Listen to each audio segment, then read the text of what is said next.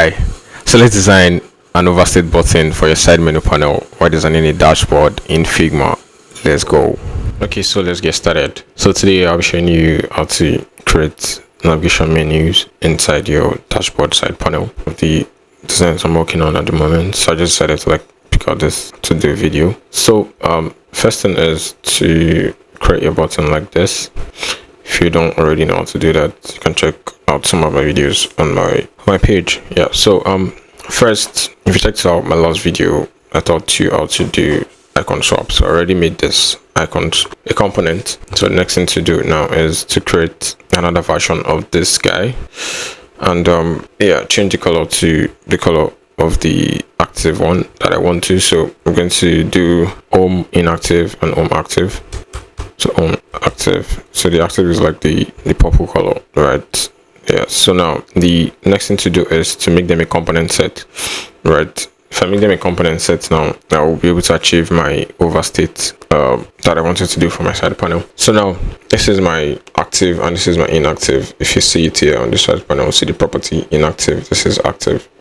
So the first thing to do is to select your inactive, then go to your prototype, select interaction, right? Click on while hovering, it should change to this guy. So when you click on while hovering, you see it will bring out another option for you, and you see navigate for chain 2. So I want to choose chain 2. So chain 2 will allow me to have this function. So if I do this, I move this here, it's supposed to change to this, right?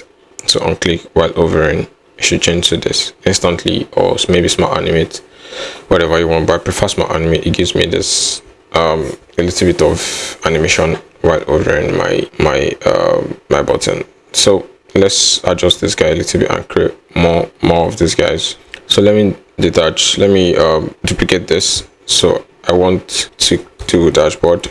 Yeah, dashboard. Just copy and paste it. I have to fast forward this. So then I come here, I see my icons here, then I just select and swap. If you have not watched my swap video icon, you should actually watch it.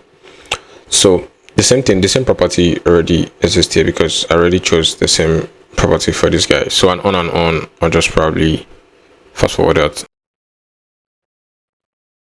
Now yeah, we already have all our buttons. Let's just use these few ones that we have here. Then next thing to do is to select our home, our project, and our task. Then you do option, then drag your mouse outside so you can have like a duplicate of this icon. Then you use auto layout to arrange them together.